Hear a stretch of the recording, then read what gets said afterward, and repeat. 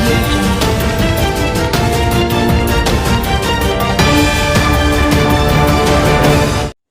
Hello friends, मैं फरीदा। आप देख रहे समाज की खबरें हिंदी टीवी न्यूज़।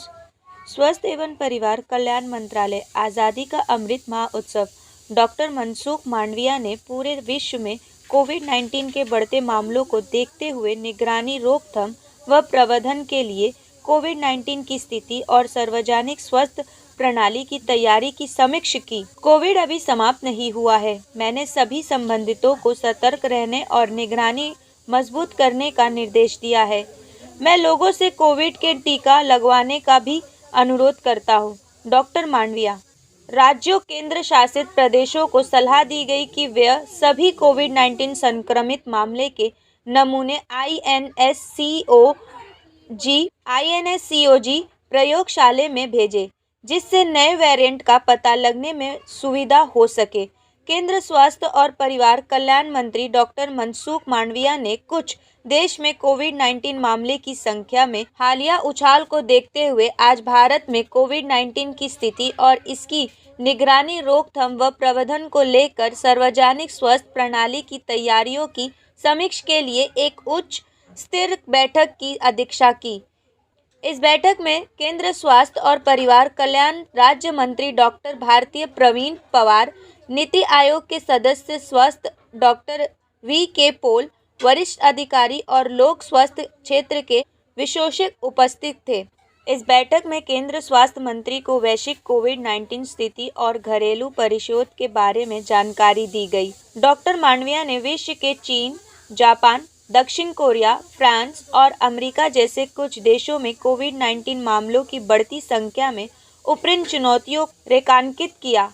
केंद्रीय स्वास्थ्य मंत्री ने विशेष रूप से त्योहारों के आगामी सीजन को देखते हुए कोविड-19 के नए और उभरते रूप के खिलाफ तैयार और सतर्क रहने के महत्व पर जोर दिया। केंद्रीय मंत्री ने इस बात को रेखांकित किया कि कोविड अभी समाप्त नहीं हुआ है। इसे देखते हुए उन्होंने अधिकारियों को पूरी तरह से तैयार रहने और निगरानी को मजबूत करने का निर्देश दिया। उन्होंने लोगों से उपयुक्त व्यवहार का अनुपालन करने और कोविड के टीका लगवाने का अनुरोध किया।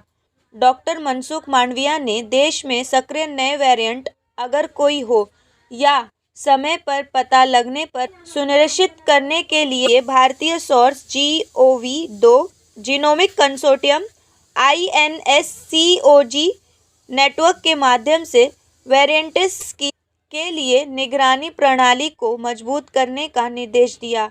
इससे उचित सार्वजनिक स्वास्थ्य उपाय करने में सुविधा होगी। राज्य केंद्र शासित प्रदेश के अनुरोध किया गया है कि वे सभी कोविड-19 संक्रमित मामलों के नमूनों को सीक्वेंस के लिए दैनिक आधार पर INSCOG IGSL को भेजें, जिससे नए वेरिएंट अगर कोई हो का पता लगाया जा सके। एक प्रस्तुति के माध्यम से केंद्र स्वास्थ्य मंत्री को ये जानकारी दी गई कि 19 दिसंबर 2022 को समाप्त सप्ताह में भारत में संक्रमित मामलों की संख्या में लगातार गिरावट देखी जा रही है। दैनिक आधार पर यह संख्या घटकर 198 हो गई है। हालांकि पिछले 6 हफ्तों से विश्व दैनिक औसत मामले में लगातार बढ़ोतरी दर्ज की गई है।